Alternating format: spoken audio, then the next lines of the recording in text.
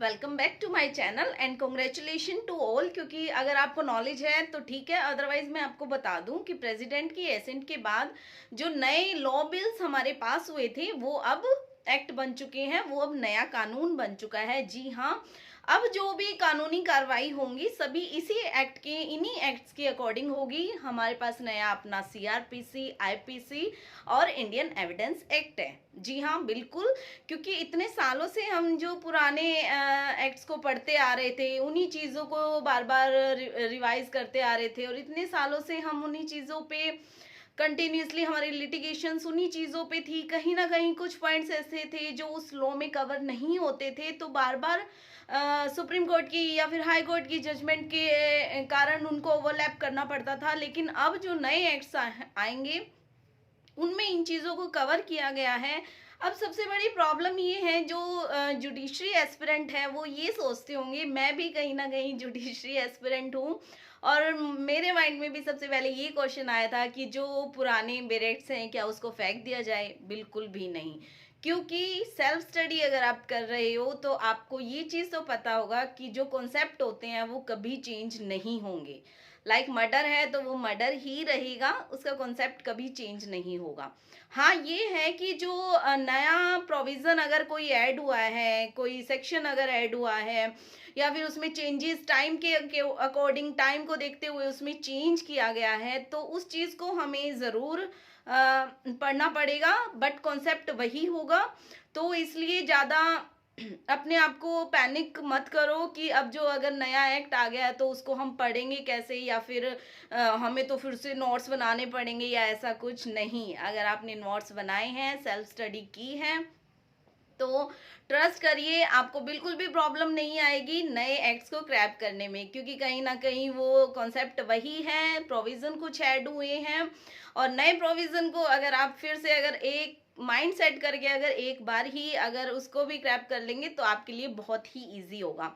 तो ये तो था कि नए लॉ आ गए हैं, अब क्या करना चाहिए। जो नए स्टूडेंट्स जो अब भी जस्ट उतरेंगे जुडिशरी लाइन में, जुडिशरी की तैयारी करने के लिए, तो उनके लिए मेरा बेस्ट सजेशन यही है कि पुराने वाले जो लॉ हैं, उनसे रिलेटेड जो केस लॉ हैं, उनको एक बार माइंड से निकाल देना कि हम कहीं से नोट्स ले लेंगे, हमें कि वहाँ से नोट्स ले लिए, वहाँ से कॉपी कर लिया, हम पढ़ लेंगे। ऐसा कुछ भी नहीं है, आपको ज़ीरो से स्टार्ट करना पड़ेगा, और ज़ीरो से स्टार्ट करोगे तभी आप नए लॉ को बिल्कुल गहराई से उतर सकते हो। क्योंकि आपके लिए तो वो एक तरह से बिल्कुल जैसे छोटे बच्चे के लिए होता है, बिल्कुल फर्स्ट स्टेप से स्टार्ट करने वाली बात है, तो आपको तो बिल्कुल शुरू से स्टार्ट करना पड़ेगा ये चीज़। तो मैं अपने डिस्क्रिप्शन में एक लिंक शेयर करूँगी, तो मेरा सजेशन यही है कि एक बार ज़रूर विजिट करें, क्योंकि वहाँ पे आपको नए एक्ट्स जो भी आए हैं उनसे रिलेटेड सारा कंटेंट रेडी मिलेगा,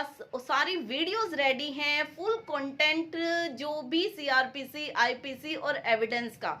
क्योंकि हमें, अगर आप जो भी हैं, जो मुझे देख रहे हैं, जो 2-3 सालों से सेल्फ स्टडी में हैं और कहीं ना कहीं किसी रीज़न से क्रैक नहीं हो पा रहा है जुडिशरी, तो हमें कहीं ना कहीं 3-4 महीने पहले से ही इंटेंशन थी कि लॉ चेंज होगा और होगा, और आज वो चेंज हो ही गया। तो ये इसमें ये सोचने वाली बात नहीं थी, ये दिख रहा था कि चेंज रिक्वायरमेंट है चेंज होने की, और चेंज होना भी चाहिए।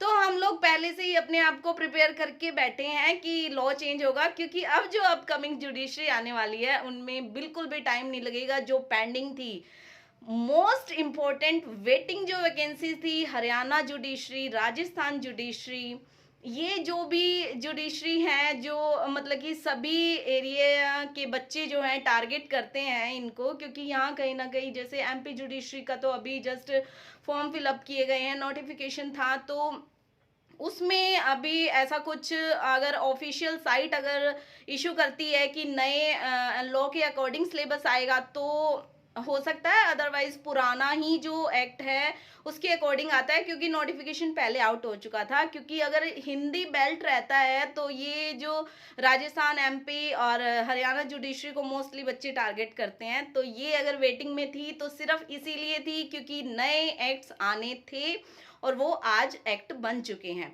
तो अब ज़्यादा टाइम नहीं लगेगा, शायद जनवरी के पास, या फिर जब, मैं नहीं कह सकती कि कब आएंगे, लेकिन जल्दी ही नोटिफिकेशन आउट होगा।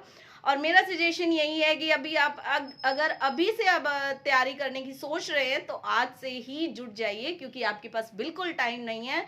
और मेरे जैसे जो शायद पहले से ही नए एक्ट को कर चुके हैं, जी हाँ बिल्कुल, हम तो 4-5 महीने पहले ही नेक्स्ट को कवर कर चुके थे जब ये बिल पास हुए थे, और कहीं ना कहीं इनको होल्डिंग पोजीशन में रख दिया गया था। तो माइंड में ये डाउट था कि आएगा या नहीं आएगा, नहीं भी आएगा तो कोई बात नहीं, नई चीज़ें सीखने को मिल रही है, तो हमने तो पहले से ही इसको तैयार कर लिया है। तो मैं जो डिस्क्रिप्शन में लिंक दे रही हूँ उसको एक बार ज़रूर विजिट करें, वो आप सभी के लिए बहुत ही हेल्पफुल रहेगा।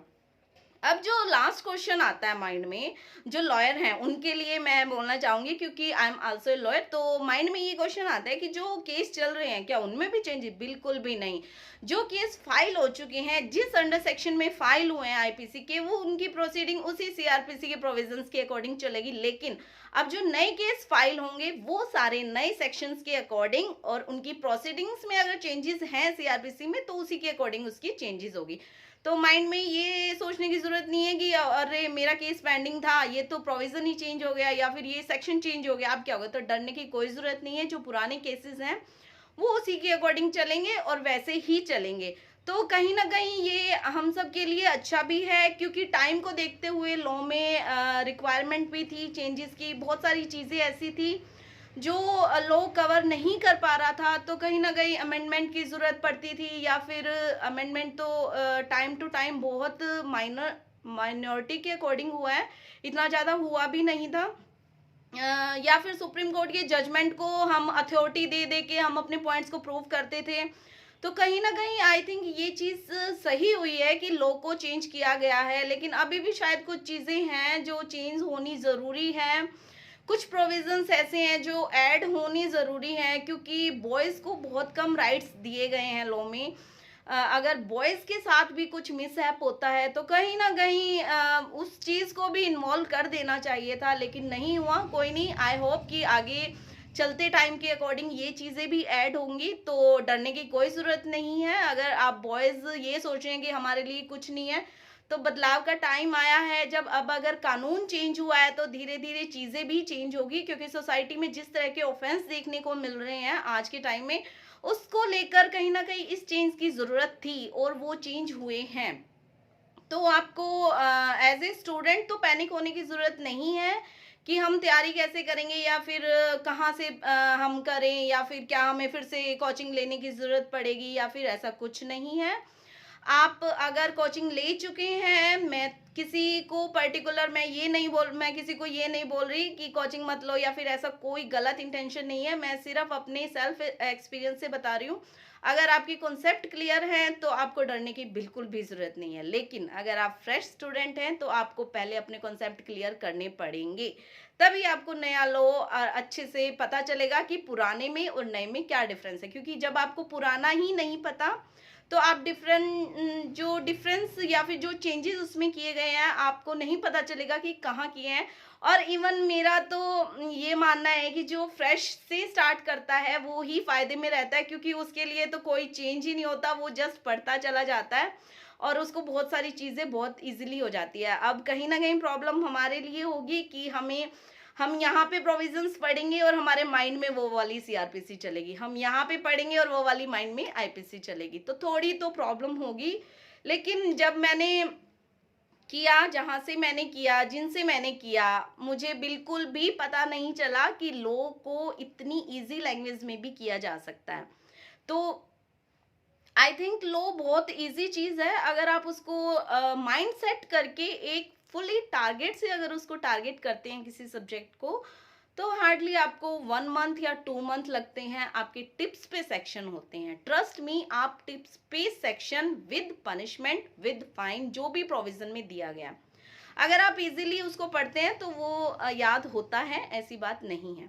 तो लास्ट में मैं फिर से कॉन्ग्रेचुलेशन करना चाहूँगी, क्योंकि हम इंडियंस को वो हमारे खुद के लॉ मिले हैं, तो हम ये बोल सकते हैं कि अब हमारे खुद के लॉ हैं, क्योंकि इनके नाम भी भारतीय साक्ष्य अधिनियम इस तरीके से रखे गए हैं कि आने वाली जो जनरेशन है, जैसे अभी हम पढ़ते आ रहे थे कि ये किसने ड्राफ्ट किया, ये किसने, ऐसा कुछ भी नहीं है। अब सिर्फ आपको एक नाम याद करना होगा, एमसीक्यू में आएगा और आपको सीधा टिक करना होगा। तो ये जस्ट एक हमारे लिए बहुत अच्छी खुशखबरी है कि हमारे पास अपने कानून हैं।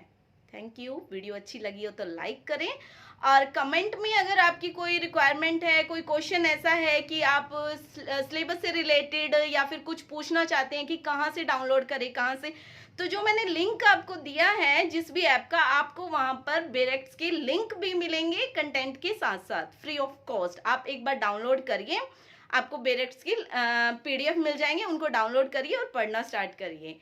तो मेरी इन्फॉर्मेशन अच्छी लगी हो तो लाइक करें, शेयर करें, कमेंट करें, और मुझे सजेशन दें कि मैं जो नेक्स्ट वीडियो है मैं किस टॉपिक पे लेके आऊँ। मेरी नेक्स्ट वीडियो उसी टॉपिक पे होगी।